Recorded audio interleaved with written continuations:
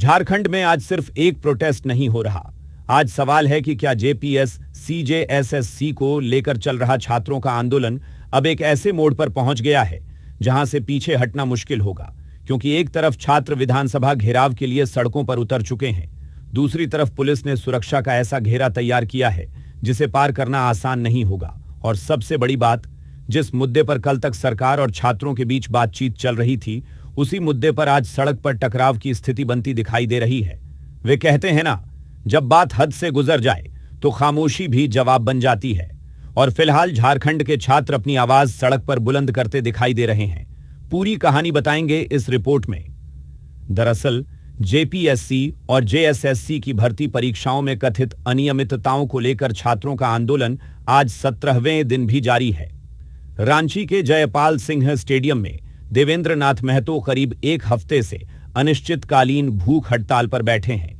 बताया जा रहा है कि कुल 6 प्रदर्शनकारी भूख हड़ताल पर है, लेकिन आज आंदोलन ने अचानक एक बड़ा मोड़ ले लिया।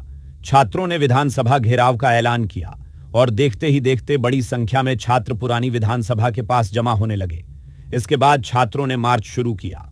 शुरुआत में मार्च शांतिपूर्ण दिखाई दिया, लेकिन फिर खबर आई कि प्रदर्शनकारी छात्रों ने पुलिस की बैरिकेडिंग तोड़ दी और नई विधानसभा की तरफ बढ़ने लगे। अब यहीं से कहानी थोड़ी ज्यादा सीरियस हो जाती है, क्योंकि विधानसभा के आसपास पहले से ही सिक्योरिटी खड़ी है, बैरिकेडिंग है, कंटीले तार लगाए गए हैं, बड़ी संख्या में पुलिस फोर्स तैनात है और विधानसभा के 750 मीटर के दायरे में धारा 163 लागू है। यानी प्रशासन किसी भी हालत में भीड़ को प्रतिबंधित क्षेत्र में पहुंचने से रोकना चाहता है। लेकिन सवाल है, अगर छात्र पीछे हटने को तैयार नहीं है और पुलिस आगे बढ़ने से रोक रही है, तो अगला कदम क्या होगा? क्या आमना सामना होगा?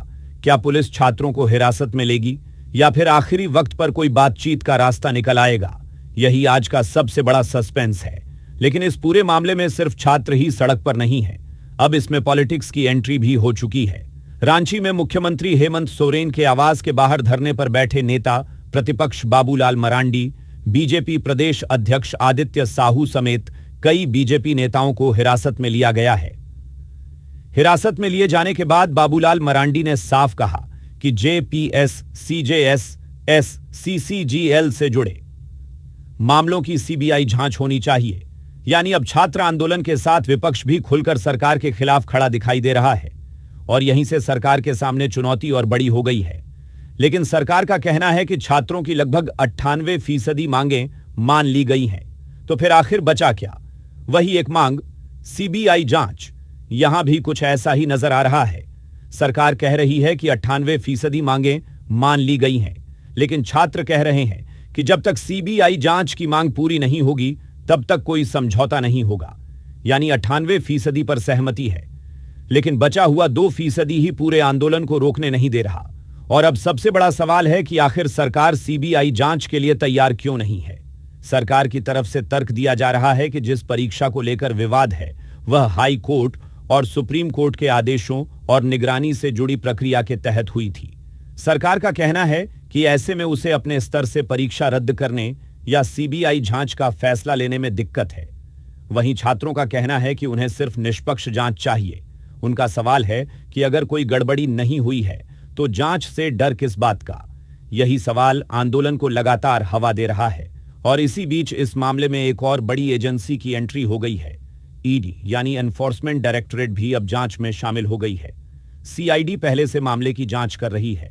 इस सीआईडी की एफआईआर संख्या 16/26 के आधार पर ईडी ने ईसीआईआर दर्ज की है। यानी अब मामला सिर्फ छात्रों के प्रोटेस्ट तक सीमित नहीं रह गया है। सीआईडी, ईडी और छात्र लगातार सीबीआई जांच की मांग कर रहे हैं। जांच का दायरा बढ़ता जा रहा है और दूसरी तरफ आंदोलन भी। इतना ही नहीं, जेपीएससी के 3 सदस्यों ने भी रविवार को अपने पद से इस्तीफा दे दिया। अनिमा हांसदा, अजीता भट्टाचार्य और जमाल अहमद के इस्तीफे राज्यपाल ने स्वीकार कर लिए हैं। बताया जा रहा है कि सीआईडी ने इन सदस्यों को कथित पेपर लीक और दूसरी अनियमितताओं को लेकर पूछताछ के लिए बुलाया था। अजीता भट्टाचार्य से आज यानी सोमवार को पूछताछ होनी है। जमाल अहमद से 12 अगस्त और अनिमा हांसदा से 14 अगस्त को पूछताछ की जानी है। इससे पहले जेपीएससी के अध्यक्ष एल खियांगते भी 22 जुलाई को इस्तीफा दे चुके हैं और इस मामले में अब तक 19 लोगों की गिरफ्तारी की बात सामने आई है। यानी मामला लगातार गंभीर होता जा रहा है। अब वापस आते हैं आज के प्रोटेस्ट पर। रविवार को सरकार और छात्रों के बीच छठे दौर की बातचीत हुई। करीब लंबी बातचीत हुई। सरकार ने कहा 98% मांगे मान ली गईं। छात्रों ने कहा सीबीआई जांच के बिना समझौता नहीं। और यही बातचीत फिर अटक गई। और फिलहाल सरकार और छात्रों के बीच वही रास्ता सीबीआई जांच के मुद्दे पर बंद दिखाई दे रहा है। जेएमएम सांसद महुआ माझी ने आरोप लगाया कि बातचीत के बाद छात्रों की 98% मांगें मान ली गई थीं, लेकिन राजनीतिक दलों के दबाव के कारण विरोध मार्च आगे बढ़ाया जा रहा है। दूसरी तरफ विपक्ष सरकार पर छात्रों की मांगों को गंभीरता से नहीं लेने का आरोप लगा रहा है। यानी अब इस पूरे प्रोटेस्ट में 3 तस्वीरें साफ दिखाई दे रही हैं। पहली तस्वीर छात्र अपनी मांगों को लेकर सड़क पर हैं। दूसरी तस्वीर सरकार बातचीत करके आंदोलन को शांत कराने की कोशिश कर रही है। और तीसरी तस्वीर विपक्ष इस मुद्दे को लेकर सरकार पर प्रेशर बढ़ा रहा है। अब सवाल सिर्फ जेपीएस सीजेएसएससी का नहीं रह गया। सवाल यह भी है कि क्या यह आंदोलन आने वाले दिनों में और बड़ा पॉलिटिकल इश्यू बन सकता है। फिलहाल सबसे ज्यादा नजर विधानसभा के आसपास के हालात पर है। अगर छात्र शांतिपूर्ण तरीके से अपनी बात रखते हैं तो बातचीत का रास्ता खुला रह सकता है। लेकिन अगर बैरिकेडिंग को लेकर तनाव बढ़ता है, अगर पुलिस और छात्रों के बीच धक्का मुक्की होती है या बड़ी संख्या में प्रदर्शनकारी प्रतिबंधित क्षेत्र में पहुंचने की कोशिश करते हैं, तो हालात तेजी से बदल सकते हैं और रांची की ट्रैफिक व्यवस्था पर भी इसका असर पड़ सकता है। इस वक्त झारखंड में यही सवाल सबसे बड़ा है।